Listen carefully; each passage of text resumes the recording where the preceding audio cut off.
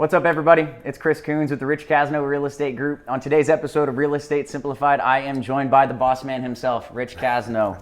Was born and raised in the Bay Area, moved to Sacramento after he attended Sac State and has been practicing real estate in the Sacramento area for the last 18 plus years. Operates in the top 1% of all agents across the entire Sacramento Valley and specializes and lives here in the East Sac community. Rich, thank you very much for joining me. I appreciate it. Thank you, Chris. Appreciate it. You did a good job twisting my arm to get me out here today. So anyways, thank you. You've been doing a great job with your videos, so congratulations. I appreciate that.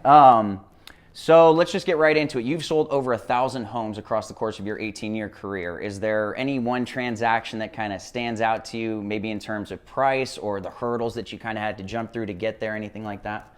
I've had quite a few that come to my mind when you say that, but I think that it's when you kind of get the domino effect, you know, when you've got one buyer going to another. I think we had one transaction that was 4 houses in a row. So they all had to close. One was in San Diego, then came here representing both buyers, working on another house. So real quick, just for our viewers, you're talking about, you know, the buyer or the seller that you're representing either has to sell a house in order to buy or buy after they sell, that kind of thing. So you're saying all 4 of those had to line up? All 4, sense? Yeah, okay. I had to do it. So and how quickly do those kinds of transactions close when you have 4 that are like that? A lot of times they're usually in the regular 30-day mode. So it's pretty crazy. It's pretty crazy. You got a lot of communication between not only the buyers and the sellers, but all of their agents as well as the lenders and the escrow officers and everything else. So it's a lot of work, but it's pretty rewarding when you pull it off at the end. Nice. And those will all close within a 4 or 5 day span. Yeah, right? oh, it's absolutely. all a 30-day timeline for all the transactions, but they're closing bam, bam, absolutely. bam. Okay, yeah. Okay, I got you. That makes sense.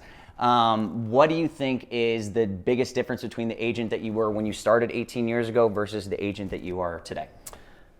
Well, probably that nothing surprises me anymore. It's very, very rare that I'm throwing a curveball now. So I actually like when something comes up exciting that I haven't dealt with before. I think too is that coming out of my old career, everything that I did was, did it make business sense? I worked with CEOs, CTOs, CFOs, and everything was about ROI, and did it make business sense? And coming into this, arena and moving into the sales process for housing, it's a significantly more emotional sales process. So it took me a while to adjust to that. So I would say I've got a good handle on that. And then again, I've seen so many different things in all these transactions that nothing really, really surprises me anymore. Okay. So you've worked, to kind of build on that, you've worked across a variety of different industries, from managing, tens, maybe hundreds of employees at Verizon Wireless to pumping gas on the docks of Clear Lake. So what do you think that you've learned from those past job experiences, and what have you taken with you into your real estate career from that? Yeah, actually I started probably when I had my paper route. That was, and before that I was pulling in garbage cans and washing cars and mowing lawns for people. But I think probably my favorite job out of all those was working up at Canocti in Clear Lake, renting out boats and jet skis and pumping gas. But every job that I've ever had has always been customer service oriented. So customer service is probably the biggest thing that I've learned from each and every job. I worked at Nordstrom for a while back when the Sacramento store opened. It was a store opening. And that was about the inverted pyramid, where actually, a normal pyramid is the president's on top, right? And the employees are on the bottom. Their whole philosophy was flip that around. The employees, frontline employees, are the most important because they're Nordstrom, and the president and vice president who are at the bottom because they're behind the scenes so much. But one of the things I took away from Nordstrom too was the inverted pyramid, but also that use your best judgment. So, and that kind of ran over to when I went to Verizon Wireless. When I was at Verizon, one of the nice things was I was the 84th employee, I think, in Sacramento, when it was Pactel to AirTouch to Verizon. So a lot of change. I mean, you want to talk about being able to adapt to change. That industry just was moving constantly. So what years were you working with Verizon? I was with Verizon probably 13-ish, 14 years. I got hired out of my internship, so if you included that, it was probably somewhere right about 13-ish years. 90s, 2000s, when when don't date me too much there, brother. But anyways, we had that was all about adapting to change, and so I brought that over here because we always have to adapt to the market, and we always have to adapt to technology. So being able to change and identify when you have to change and change early, I think was really important. So people often talk about the ebbs and flows of real estate, the real estate industry, real estate cycles, and things like that. How have you been able to kind of keep a level head through things like the housing bust of 2007, 2008, or even something like now the market that we're in with the crazy inventory crunch? There's just nothing to sell people, and so it's kind of a buyer frenzy right now. Yeah, it's always been really hard to manage, the cycles. But as time goes on, I'm getting better at managing them. If you want to know if the market's good, I'll be carrying a few extra pounds, and if the market's going bad, I'll be skinny, so you don't even have to ask me.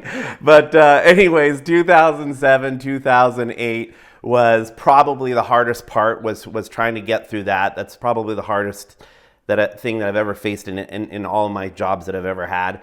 And I had met with kind of a mentor or a coach at the time, and I was telling him, I just can't handle the change and the uncertainty of the business. And he came back to me and said, hey, well, here's the thing. You got two choices. Either deal with change or get out, because you're never going to be able to control it. And I knew I was not going to get out of the industry because I loved it. And so I just mentally made the mindset that I have to be able to, adapt to it and just power through. I think part of it is you have to just kind of change your business just a little bit, and right now, we're adjusting and trying to get as many listings as we can, because, the industry right now is so difficult when you're representing buyers right now, because you're going up against 10, 15, sometimes even 20 offers, right?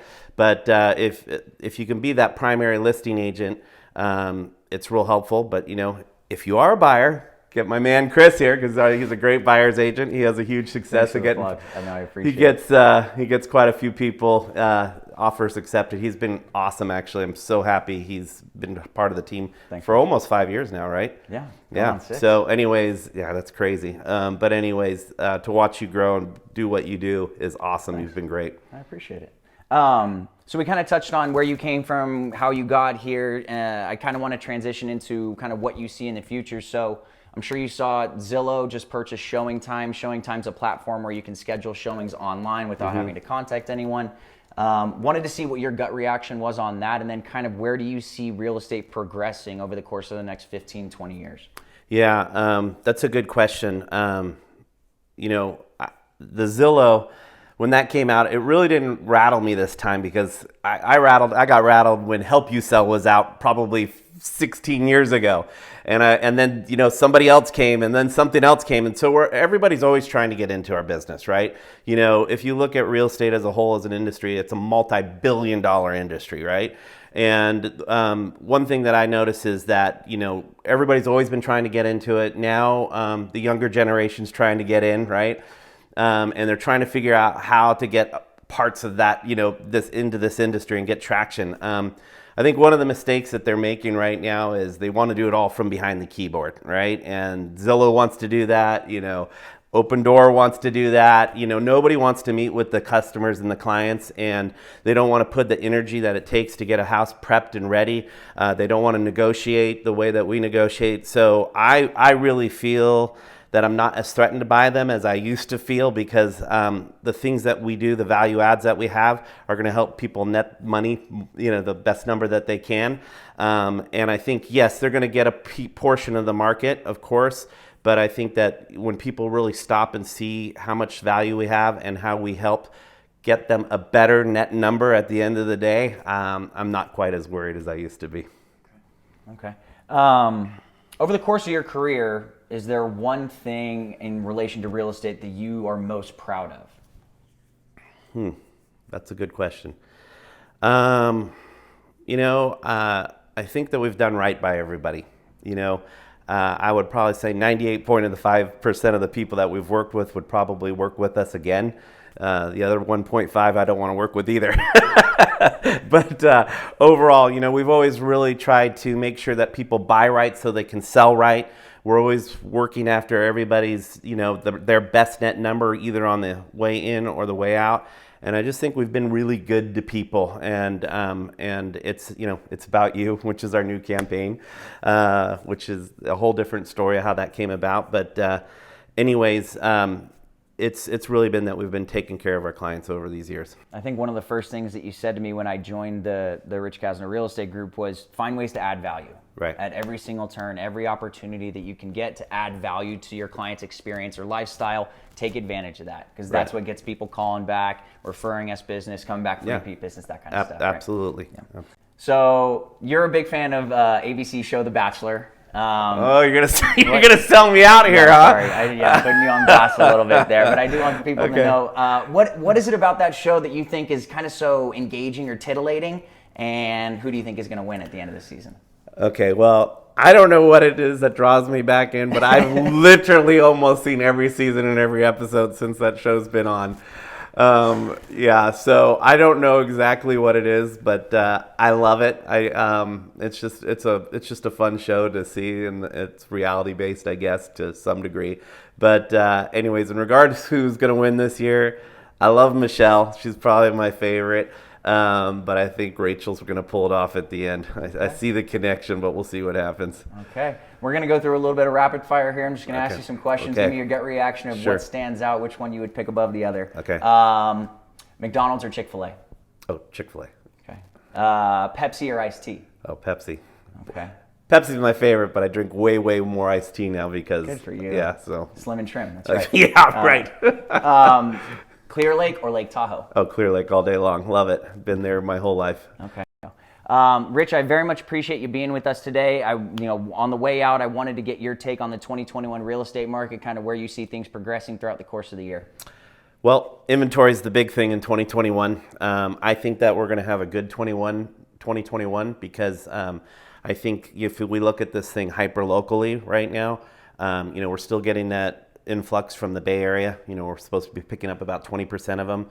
Obviously we're still seeing a lot of people, empty nesters come from, Placerville and Auburn. And I've really noticed a huge spike in first-time home buyers trying to get into the market. And I think, a lot of this 2021 is really driven on rates because the rates are just phenomenal right now. So I think as long as the rates stay where they're at, we're going to probably have a really good real estate market.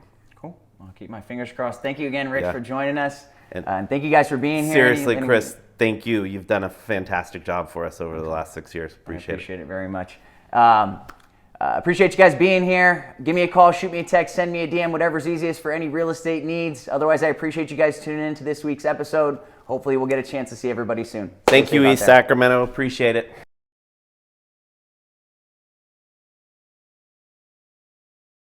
Thanks, man. Thank you. Nice. Appreciate it.